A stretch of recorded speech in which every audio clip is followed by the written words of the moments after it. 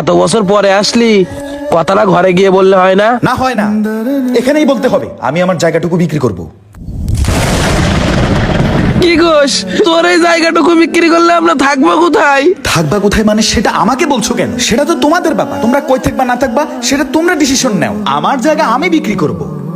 তোর জায়গা না? আচ্ছা রিফাত, তুই কি সবকিছুই ভুলে গেছিস? তুই শহরে গিয়ে এত পাষাণ হয়ে গেলি। তোরে যে ছোটবেলা থেকে লালন পালন করে এত বড় করছি, তোরে যে পড়ালেখা করাইছি, তোরে যে চাকরিটা নিয়ে দিছি আমার নিজের জমি বিক্রি করে, সেগুলো কি তুই সব কথাই ভুলে গেছিস ভাই? আসলে আমরাই ব্যর্থ। তোরা যদি আমরা সঠিক শিক্ষাটা দিতাম তাহলে।